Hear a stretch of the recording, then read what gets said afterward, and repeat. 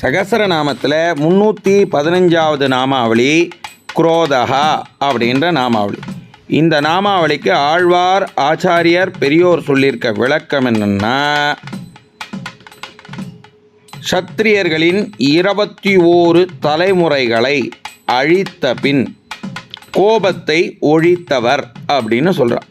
பெருமாளுக்கே கோபம் வருதா சுவாமின்னா, கண்டிப்பாக.